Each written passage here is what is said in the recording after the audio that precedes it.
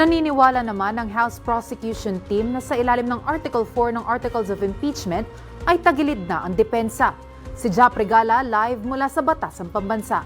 Jap? Sofia, ito na ang tamang venue para sagutin ang mga alegasyon laban sa bise. Yan ang iginiit ng mga mambabatas ngayong araw.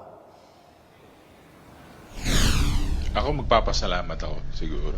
Thank you ha, nakadalo ka sa trial of the century. Yan ang bibitawang pahayag ni House Deputy Speaker Paulo Ortega sakaling dumalo ang vice-presidente sa mga susunod na araw ng impeachment trial. Ayon kay Ortega, matagal nang hinihintay ang pagharap ng vice-presidente dahil ito na ang tamang forum upang sagutin ang mga aligasyon laban sa kanya. Malaking bagay po na nandito kayo kasi matagal na po itong inaabangan, saka nasa tamang forum na po tayo para masagot yung mga katanungan at saka mga allegations. So, thank you po ma'am. Salamat.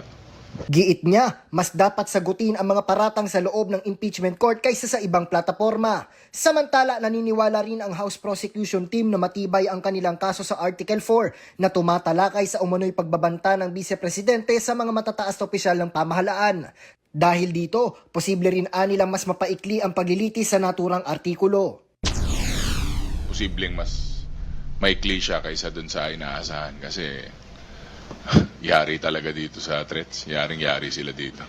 Ayon naman kay Prosecution Legal Spokesperson Jay Tolosa, inamin na rin ng abogado ng bise ang anilay pagbabanta nito.